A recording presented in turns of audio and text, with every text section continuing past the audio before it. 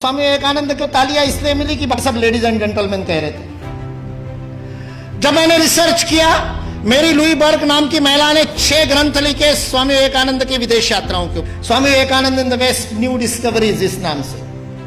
वो मेरी लुई बर्ग ने शिकागो की उस धर्म सभा में उपस्थित जो श्रोतागण थे उसके प्रत्येक के साथ संपर्क किया, जो जीवित थे, जो जीवित नहीं थे उनके वंशजों के साथ उनकी डायरिया खंगाली, उसके पूरे मिनट्स पढ़े। और उसके बाद में वो कहती है स्वामी विवेकानंद पहले व्यक्ति नहीं थे, चौथे व्यक्ति थे। उनसे पहले 3 लोगों ने ब्रदर्स एंड सिस्टर्स नाम का संबोधन किया था। श्रीलंका से एक बौद्ध साधु गए थे, धम्मपाल अंगीकारा, उन्होंने किया था। एक बौद्ध भिक्खु जापान से आए थे, उन्होंने भी यही बंधु और भगिनी वाला संबोधन किया था। और तीसरे प्रताप चंद्र मजुमदार थे, जो भारत से ही गए थे, थियोसॉफिकल सोसाइटी के प्रतिनिधि थे, उन्होंने भी किया था। स्वामी विवेकानंद चौथे थे। उस सभागृह ने पहले 3 बार वो संबोधन सुना था, उसके बावजूद नाविन्य के कारण तालियां नहीं बजी थी 2.5 मिनट तक। उसके बावजूद 2.5 मिनट तक तालियां बजी, क्योंकि वहां खड़े हुए व्यक्ति के अंदर वह भातृत्व का, वह बंधुत्व का, वह अपनत्व का, वह आत्मीयता का, मेरा कोई है, इस प्रकार का बोध उस वाणी के माध्यम से श्रोताओं के साथ जुड़ा था। सुभाष चंद्र बोस बहुत जबरदस्त वक्ता थे, मुर्दे को जगा दिया उन्होंने। अपनी पूरी आजादी सेना युद्धबंदियों में से तैयार की थी। हारे हुए युद्धबंदियों के कैदियों के बीच में ऐसे प्राण फूंकते कि आजाद हिंद सेना की स्थापना हो जाए। वो सुभाष चंद्र बोस कहते हैं, आज स्वामी विवेकानंद जीवित होते तो उनके पैरों में मैं बैठा होता। उस सुभाष चंद्र बोस को किसी ने पूछा कि स्वामी विवेकानंद के शब्दों का असर क्यों हुआ, तो उन्होंने अपनी वो कवित्व में वक्तृता में कहा था, जो बात होठों से बोली जाती है होठों तक पहुंचती है, जो बात गले से बोली जाती है मेरे जैसे चिल्ला चिल्ला के वो गले तक पहुंचती है, कभी कभी गले उतर भी जाती है, लेकिन हृदय तक वही बात पहुंचती है जो हृदय से कही जाती है। और स्वामी विवेकानंद के शब्द हृदय से कहते हैं।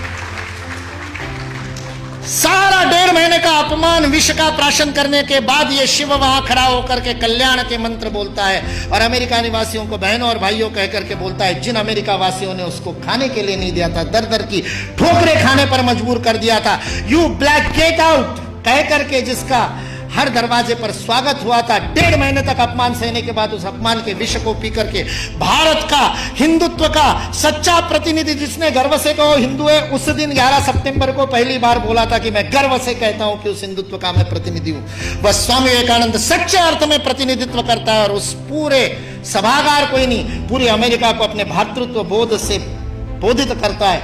ये भारतीय संस्कृति की वैश्विक अवदान है, वसुधैव कुटुंबकम का भाव है। हमारे यहां किसी भी सामूहिक गतिविधि का सर्वोच्च आदर्श परिवार है। यदि आप अपने संस्था में परिवार का भाव स्थापित नहीं कर सके तो उस संस्था का नेतृत्व करने का आपको अधिकार नहीं है। यह भारत का बोध है। मैं कहता हूं ये कुछ नहीं बिगाड़ सकते, ये विकृति फैलाने वाले कुछ नहीं बिगाड़ सकते, क्योंकि इस देश का समाज जीवंत समाज, और जो शरीर जीवंत होता है उसके नाक में धूल का कण जाता है तो छींक मार करके भगा देता है। भारत ने भी छींक मार दी तो भाग गए बेचारे, कहां जाएंगे। और आज जिस बात के ऊपर हंसते थे उन सारी बातों को स्वीकार करने के लिए विश्व मजबूर है, विवश है। एंगस मेडिसन नाम के एक अर्थशास्त्री को काम दिया गया सन 2000 में। जिस कालगणना की आप दोनों ने बात की, उस कालगणना में 1000 की गिनती बड़ी महत्वपूर्ण थी, क्योंकि बाइबल में लिख दिया कि 1000 वर्ष जब पूरे हो जाएंगे तो मिलेनियम पूरा होगा। और मिलेनियम का बाइबलिकल अर्थ है कि उस दिन वापस आएगा क्राइस्ट, और उसके बाद में सबका जजमेंट होगा और सबको कौन किसने पास में बैठेगा वो तय होगा, और जिसने नहीं माना होगा उन सबको जहन्नुम में भेज दिया जाएगा। 1000 साल बाद हुआ नहीं तो सबको लगा 2000 साल बाद होगा। इसलिए 2000 बड़ा महत्वपूर्ण वर्ष था। बहुत सारे सम्मेलन हुए सारी दुनिया में, और उन सम्मेलनों के बीच में दुनिया के सर्वाधिक विकसित देशों का जो संगठन है OECD, Organisation for Economic Cooperation and Development, जिसके लिए विश्व के सर्वाधिक GDP वाले पहले 7 थे, अब 15 हो गए, 16 हो गए देशों का वह संगठन था। उस OECD ने सन 2000 में एंगस मेडिसन नाम के अर्थशास्त्री को यह काम दिया कि वो विश्व का आर्थिक इतिहास लिखे। और चूंकि उनकी गणना, उनकी हिस्ट्री 0 ईस्वी से शुरू होती है, तो एंगस मेडिसन को भी काम दिया 0 ईस्वी से 2000 ईस्वी तक 2000 वर्ष का आर्थिक इतिहास लिख दीजिए। उस पुस्तक का नाम है Economic History of the World Millennial Perspective by Angus medicine.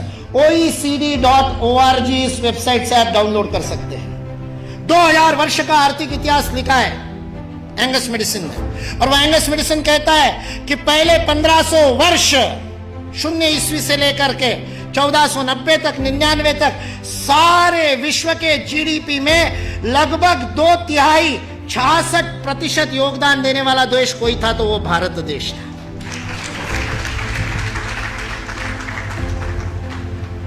मैं सोच रहा था, इतिहास का मैं विद्यार्थी हूं, आपके जैसा इतना अध्ययन तो नहीं किया, लेकिन मैं सोच रहा था ये 1500 से क्या संबंध है। तो पता चला वास्को दी गामा 1498 में आया था और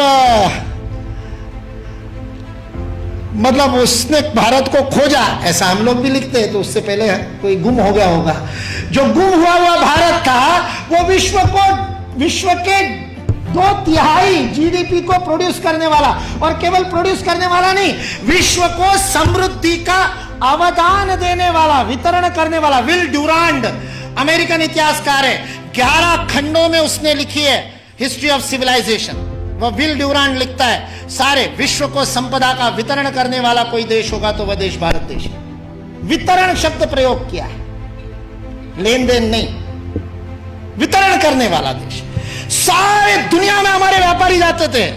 वो वास्को दी गामा को भी हमारे ये गुजरात का व्यापारी, वास्को दी गामा ने अपनी डायरी में लिखा है, वो गुजरात का व्यापारी पानी के जहाज लेकर के उसको मिला साउथ अफ्रीका में, उसको तो भारत मिला नहीं था। इसने कहा अच्छा भारत खोज रहे हैं, चलो मैं ले चलता हूं। उसको मसाले भरने थे, इससे वो कालीकट गया, इससे वास्को दी गामा को कालीकट ले गया, नहीं तो भरूच ले आता गुजरात में। फिर हमारे इतिहास वाले लिखते हैं कि वास्को दी गामा भारत को खोजता खोजता भरूच पहुंचा। वास्को दी गामा को भारत के व्यापारी कान्हा भाई ने खोजा, मिल गया, और उसको कहते हैं भारत खोजने, चल भाई मैं दिखाता हूं, चल मेरे साथ, और साथ में ले। ये वास्को दी गामा ने अपनी डायरी में लिखा है, वो बेईमान नहीं है, उसको छिपा करके इतिहास की किताबें लिखने वाले बेईमान।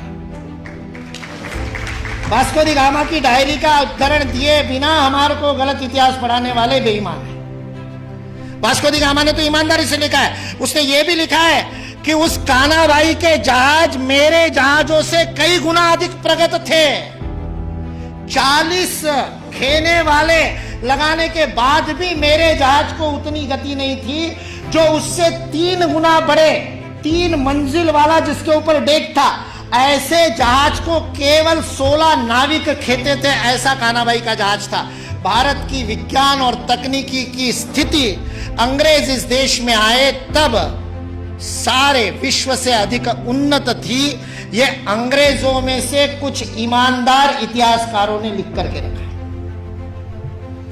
इसलिए जो इस गलतफहमी में है कि अंग्रेज इस देश में नहीं आते तो भारत में तो कोई विज्ञान ही नहीं होता, वो इस बात को समझ ले कि अंग्रेज इस देश में नहीं आते तो केवल भारत का ही नहीं, विश्व का विज्ञान आज है उससे अधिक प्रगत होता है।